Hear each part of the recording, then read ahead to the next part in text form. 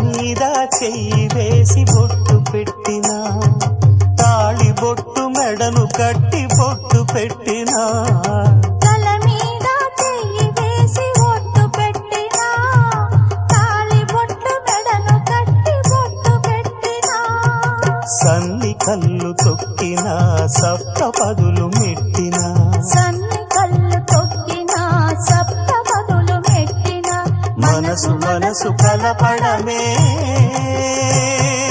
మంత్రం పరమార్థం శ్రీరస్తు శుభమస్తు